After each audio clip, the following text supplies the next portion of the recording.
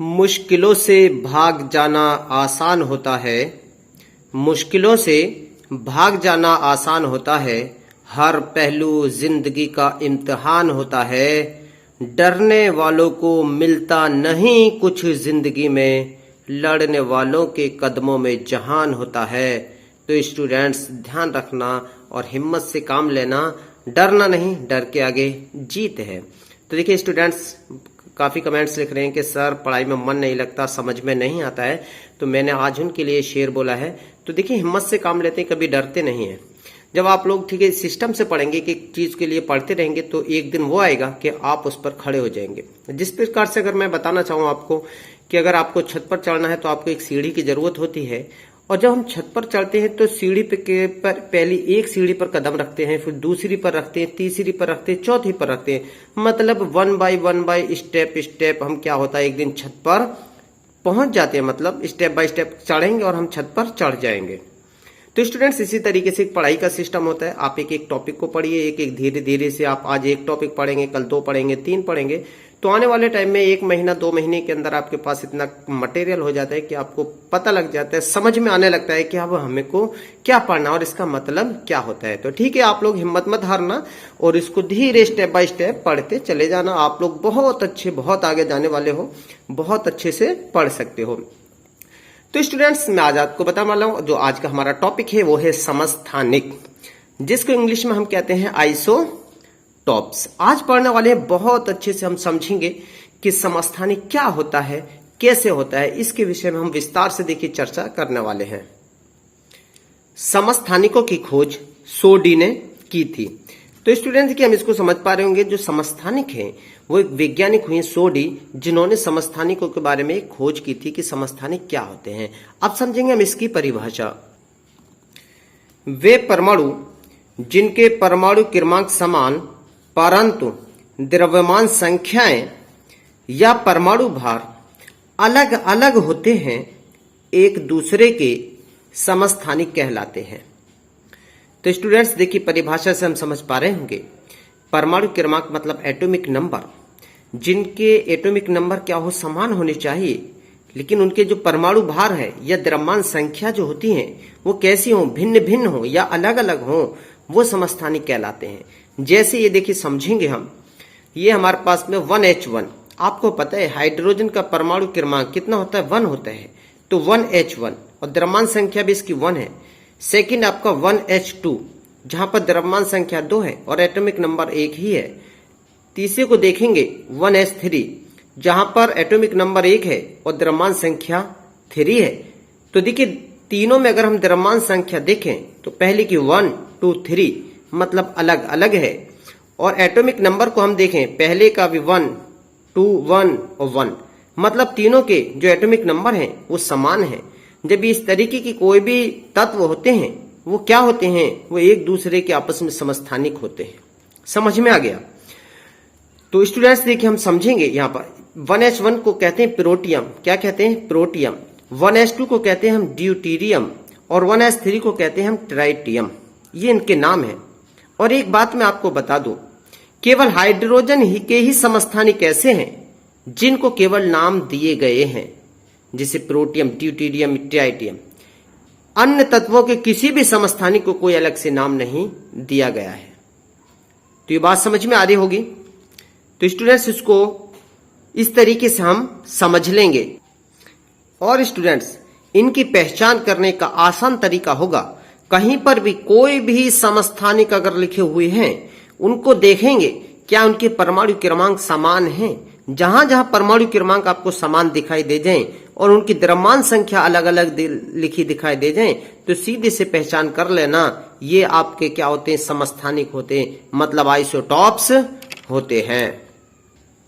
इसी तरीके से और भी अगर हम समस्थानिक देखें तो ये हमारे पास में देखिए क्लोरीन एटम है, जिसमें देखिए इसका एटॉमिक नंबर कितना होता है, 17 होता है, और इस पर देखिए जो मास नंबर है वो कितना, 35 है। इसी तरीके सेकंड देखिए जो क्लोरीन है उसका एटॉमिक नंबर 17 है और जो मास नंबर है वो कितना, 37 है। तो देखिए स्टूडेंट्स दोनों जो क्लोरीन के समस्थानिक हैं इनके क्या है, एटॉमिक नंबर देखिए समान है, 17 है, लेकिन मास नंबर को अगर हम देखें तो इस पर देखिए कितना है, पहले का 35 है, सेकंड का 37 है, इसका मतलब मास नंबर अलग अलग है। तो ये क्या हुआ, क्लोरीन के समस्थानिक हुए। समस्थानिकों की विशेषताएं, कैरेक्टरिस्टिक्स ऑफ आइसोटॉप्स। तो स्टूडेंट्स देखिए, अब हम समझेंगे वन बाय वन कर करके कि समस्थानिकों के जो कैरेक्टर्स हैं, विशेषता हैं, वो क्या क्या होती हैं। तो इसको समझेंगे हम विस्तार से।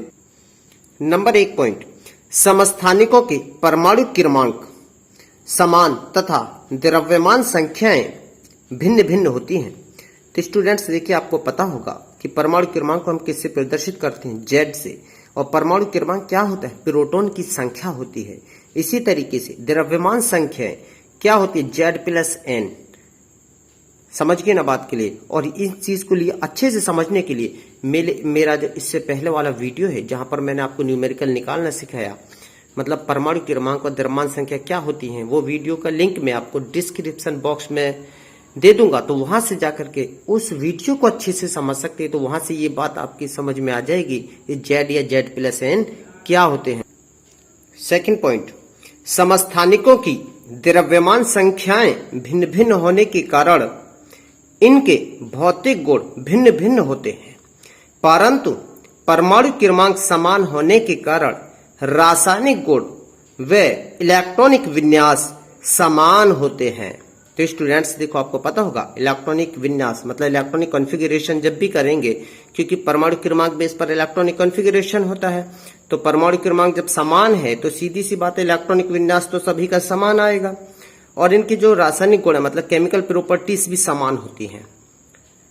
लेकिन द्रव्यमान संख्या अलग अलग होने के कारण जो फिजिकल प्रॉपर्टीज हैं, भौतिक गुण हैं, वो कैसे होते हैं, वो अलग अलग होते हैं। नेक्स्ट पॉइंट नंबर 3, समस्थानिकों के रेडियो एक्टिव गुण भिन्न भिन्न हो सकते हैं। भिन्न भिन्न कैसे हो सकते हैं, जैसे C12 रेडियो एक्टिव नहीं है, जबकि C14 रेडियो एक्टिव होता है। तो स्टूडेंट समझेंगे कि कार्बन के दो समस्थानिक होते हैं, कार्बन के 2 समस्थानिक होते हैं, C12 और C14। अब इसमें कह रहा है कि जो C12 है वो तो रेडियो एक्टिव नहीं है, जबकि C14 कैसा होता है, रेडियो एक्टिव होता है। तो इसका मतलब प्रॉपर्टीज जो आएंगे गुण भी जब इनके क्या होंगे, फिर भिन्न भिन्न होंगे, मतलब अलग अलग होंगे। पॉइंट नंबर 4, एक ही तत्व के सभी समस्थानिकों को आवर्त सारणी में एक ही स्थान पर रखा गया है। तो स्टूडेंट्स ये भी पॉइंट है कि आवर्त सारणी में ऐसा नहीं कि जो समस्थानिक हैं, माना किसी के 2 हैं किसी के 3 हैं, उनको अलग अलग रख दिया, नहीं, बल्कि आवर्त सारणी में एक ही स्थान पर रखा गया है सभी समस्थानिकों को, जिसके जो समस्थानिक हैं। पॉइंट नंबर 5, किसी तत्व के नाभिक के विघटन पर एक अल्फा कण मतलब 2He4, जो अल्फा कण होता है वो क्या होता है, 2He4 मतलब हीलियम परमाणु होता है, और 2 बीटा कण उत्सर्जित होने पर उसका समस्थानिक प्राप्त होता है। बात समझ में आ रही है। अब इसको देखिए समझेंगे, मतलब हीलियम परमाणु को भी इसके बारे में समझ लो, अल्फा कण क्या होता है। देखिए हीलियम परमाणु होता है और हीलियम का परमाणु क्रमांक 2 होता है और इसकी द्रव्यमान संख्या 4 होती है। जब भी कोई एक अल्फा कण उत्सर्जित होगा तो इसका मतलब ये है कि उसमें से 2 परमाणु क्रमांक कम होंगे और 4 द्रव्यमान संख्या कम हो जाती है। और जब भी बीटा कण उत्सर्जित होता है तो उसका एक परमाणु क्रमांक बढ़ जाता है, द्रव्यमान संख्या में कोई परिवर्तन नहीं होता है। तो स्टूडेंट्स को इसको हम समझेंगे एक उदाहरण के माध्यम से। जैसे 92 यूरेनियम 238 मतलब 92 यूरेनियम 238 में से एक अल्फा व 2 बीटा कण उत्सर्जित होने पर उसका समस्थानिक 92 यूरेनियम 234 प्राप्त होता है। समझ में आई नहीं, मतलब एक तो क्या हो रहा है, अल्फा कण होगा और 2 बीटा कण इसमें से उत्सर्जित होंगे। जब उत्सर्जित होंगे तो हमें क्या प्राप्त हो जाएगा, 92 यूरेनियम 234 किससे प्राप्त होगा, 92 यूरेनियम 238 से। अब वो कैसे प्राप्त होगा, इसको रिएक्शन के माध्यम से समझेंगे। तो स्टूडेंट्स देखिए हमारे सामने ये रिएक्शन है, इससे हम अच्छी तरीके से समझ पाएंगे। हमने जो भी एग्जाम्पल में लिया था 92 यूरेनियम 238, इसमें से जब एक अल्फा कण उत्सर्जित हुआ तो स्टूडेंट्स मैंने आपको बताया था 2 परमाणु क्रमांक में 2 की कमी आएगी, तो 92 से 2 की कमी कितने बच्चे 90, और 90 परमाणु क्रमांक होता है TH मतलब थोरियम का, और द्रव्यमान संख्या में कितने की कमी आती है, देखिए 4 घटा देते हैं तो 238 में से 4 घटाए तो कितना बचा 234, ठीक है। उसके बाद अब इसमें से एक बीटा कण उत्सर्जित होता है। जब बीटा कण उत्सर्जित होता है तो स्टूडेंट्स उसके परमाणु क्रमांक में 1 की वृद्धि हो जाती है, द्रव्यमान संख्या पर कोई भी परिवर्तन नहीं होता है। तो 90 में 1 बढ़ा दीजिए तो 91 हो गया, और 91 किसका होता है, Pa का होता है, और इसकी द्रव्यमान संख्या पर कोई भी परिवर्तन नहीं आया। इसके बाद एक बीटा कण फिर और उत्सर्जित होता है, तो इसके परमाणु क्रमांक में 1 की फिर वृद्धि हो जाती है, तो फिर कितना हो जाता है 92, और 92 किसका होता है, यूरेनियम का होता है, जो हम शुरू में किया था। तो फिर यूरेनियम और इसकी द्रव्यमान संख्या में कोई परिवर्तन नहीं होगा क्योंकि बीटा कण उत्सर्जित हो रहा है, तो कितने आ गए 234। इस तरीके से हमें ये प्राप्त हो जाता है। ये सब कुछ कहां से, देखिए ये सब समस्थानिकों की विशेषताओं में ही है। तो स्टूडेंट्स मैं समझता हूं आपकी ये समझ में आ गया होगा। तो स्टूडेंट्स अब चलते हैं हम नेक्स्ट टॉपिक की ओर। बल्कि स्टूडेंट्स अभी इसके जो समस्थानिक पढ़े हम इसके यूज करते हैं, अब इसके उपयोग क्या क्या हैं, इन समस्थानिकों को हम किस किस चीज में उपयोग कर सकते हैं। तो समस्थानिकों का पूरा टॉपिक कंप्लीट हो जाएगा। समस्थानिक किसे कहते हैं, समस्थानिकों की विशेषताएं और समस्थानिकों के उपयोग। तो अब समझेंगे हम इनके उपयोग को। नंबर 1 पॉइंट, कोबाल्ट 60 का उपयोग कैंसर के उपचार में। तो स्टूडेंट्स हमें पता होगा कोबाल्ट 60 क्या है, समस्थानिक है जिसका उपयोग हम क्या इसमें करते हैं, कैंसर के उपचार में करते हैं। सेकंड पॉइंट, I-131, आपको पता है आई क्या होता है, आयोडीन है, और जो एक हैलोजन तत्व होता है। अब इस समस्थानिक का उपयोग थायराइड ग्रंथि से संबंधित घेंघे के उपचार में। आपको पता होगा घेंघा एक बीमारी होती है, और जो बीमारी कमी होती है किसकी कमी से होती है, आयोडीन की कमी से होती है, आपने पढ़ा होगा। तो इसके उपचार में भी किया जाता है, समझे। थर्ड पॉइंट है P32 मतलब फास्फोरस का उपयोग हड्डियों के कैंसर में। आपने सुना होगा कि देखिए हड्डियों का भी कैंसर होता है।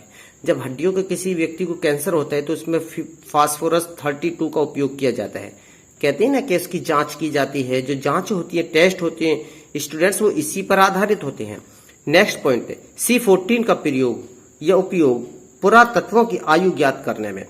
अब स्टूडेंट्स आप कह रहे होंगे कि पुरातत्व तक क्या होते हैं, तो आपने हड़प्पा सभ्यता ये पढ़ी होंगी, मतलब जो प्राचीन काल में जाती हैं, जो लोग गुजर चुके, उनका जो टेस्ट किया जाता है, जो जीवाश्म होते हैं, उनसे रिलेटेड जो वस्तुएं होती हैं, उनके बारे में पता लगाया जाता है कितनी पुरानी है।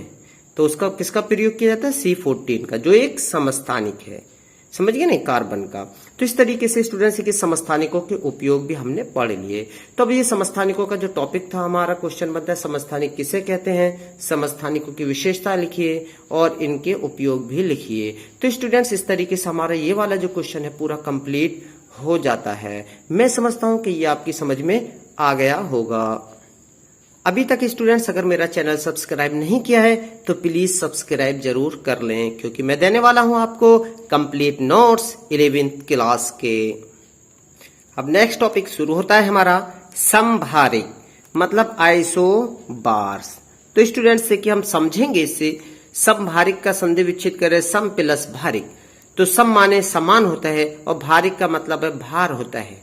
अब इसका मतलब समझेंगे कि जे वे तत्व जिनके परमाणु क्रमांक तो क्या हो, अलग अलग हो, और जिनके परमाणु भार कैसे हो, समान हो, वो एक दूसरे के समभारिक कहलाते हैं। बिल्कुल ठीक उसी का उल्टा है, जिस तरीके का आपका समस्थानिक था, समस्थानिक का ठीक उल्टी डेफिनेशन इसकी आएगी। तो इसकी समझेंगे हम परिभाषा। वे परमाणु जिनके परमाणु भार या द्रव्यमान संख्याएं समान परंतु परमाणु क्रमांक भिन्न भिन्न होते हैं, एक दूसरे के समभारिक कहलाते हैं। आर्यों की बात समझ में स्टूडेंट्स। देखिए उसमें क्या था, उसमें जो द्रव्यमान संख्या थी वो समान न होकर के अलग अलग थी, परमाणु क्रमांक जो थे वो समान थे। समभारिक में क्या होता है कि परमाणु क्रमांक तो भिन्न भिन्न मतलब अलग अलग होते हैं, और द्रव्यमान संख्या या परमाणु भार कैसे समान होते हैं तो वो क्या कहलाते हैं, संभारिक कहलाते हैं। तो स्टूडेंट्स की परिभाषा बहुत अच्छे से आप याद कर पाएंगे क्योंकि समस्थानिक और संभारिक की परिभाषाएं एक दूसरे के बिल्कुल विपरीत है। इसको समझेंगे जैसे 18 AR मतलब आर्गन 40 और 20 CA 40 मतलब आर्गन का परमाणु क्रमांक 18 है और द्रव्यमान संख्या 40 है। अब आगे देखेंगे कैल्शियम का परमाणु क्रमांक 20 है और द्रव्यमान संख्या 40 है, मतलब परमाणु क्रमांक 20 और इसका परमाणु क्रमांक 18 है। दोनों कैसे अलग अलग हुए परमाणु क्रमांक और द्रव्यमान संख्या इसकी 40 है और इसकी भी 40 है, तो इसका मतलब द्रव्यमान संख्या समान है। तो आर्गन और कैल्शियम क्या हुए एक दूसरे के, ये संभारिक हुए। समझ में आ गया। इसी तरीके से दूसरे एग्जाम्पल देखेंगे 6C14 मतलब कार्बन का परमाणु क्रमांक 6 है और नाइट्रोजन का परमाणु क्रमांक 7 है, मतलब परमाणु क्रमांक अलग अलग हुए और द्रव्यमान संख्या इसकी भी कार्बन की 14 है और नाइट्रोजन की भी 14 है। तो कैसी हुई, समान हुई। तो ये एक दूसरे के क्या हुए, संभारिक हुए। तो स्टूडेंट समझ में आ गया संभारिक। अब समझेंगे इसकी विशेषताएं। संभारिकों की विशेषताएं मतलब कैरेक्टरिस्टिक्स ऑफ आइसोबार्स। अब इसकी जो कैरेक्टरिस्टिक्स हैं या विशेषता है वो क्या क्या है उनको समझेंगे एक एक करके। पॉइंट नंबर 1, संभारिकों के परमाणु क्रमांक और न्यूट्रॉन्स की संख्याएं भिन्न भिन्न तथा द्रव्यमान संख्याएं समान होती हैं। तो ये तो पता है आपको स्टूडेंट्स, क्या है ना, में पहला पॉइंट हो गया कि द्रव्यमान संख्या जो होता है संभारिक में के समान होती है और परमाणु क्रमांक जो होता है क्या होता है, भिन्न भिन्न होता है। सबसे पहला कैरेक्टर्स तो इसका यही बन जाता है। नंबर 2, संभारिकों का आवर्त सारणी में स्थान भिन्न भिन्न होता है क्योंकि इनके परमाणु क्रमांक भिन्न भिन्न होते हैं। तो स्टूडेंट्स आपको पता है जिसके परमाणु क्रमांक जब अलग अलग हो जाएंगे तो आवर्त सारणी में स्थान भी कैसा होगा, अलग अलग हो जाएगा। अगर परमाणु क्रमांक समान है तो आवर्त सारणी में स्थान भी कैसा होगा, समान ही होता है। तो ये हुआ आपका सेकंड पॉइंट। पॉइंट नंबर 3, संभारिकों के इलेक्ट्रॉनिक विन्यास भिन्न भिन्न होने के कारण इनके रासायनिक गुण भिन्न भिन्न होते हैं। तो आपको पता है जब इलेक्ट्रॉनिक विन्यास अलग अलग आएगा तो सीधी सी बात है जो इसकी केमिकल प्रॉपर्टीज भी है वो कैसी आएंगी, भिन्न भिन्न आएंगी, मतलब अलग अलग आएंगी। पॉइंट नंबर 4, किसी तत्व से एक बीटा कण के उत्सर्जन पर उसका संभारिक प्राप्त होता है। तो स्टूडेंट्स आपको पता, अभी मैंने समझाया था पीछे भी पॉइंट में, जब भी कोई बीटा कण उत्सर्जित होता है तो सिर्फ उसके परमाणु क्रमांक में एक परमाणु क्रमांक की वृद्धि होती है, उसकी द्रव्यमान संख्या पर कोई भी फर्क नहीं पड़ता है। तो Z कितना होगा, XA माइनस बीटा कण और Z+1, तो इसके में क्या होगा, देखिए एक परमाणु क्रमांक की वृद्धि होगी और A पर कोई फर्क नहीं पड़ रहा।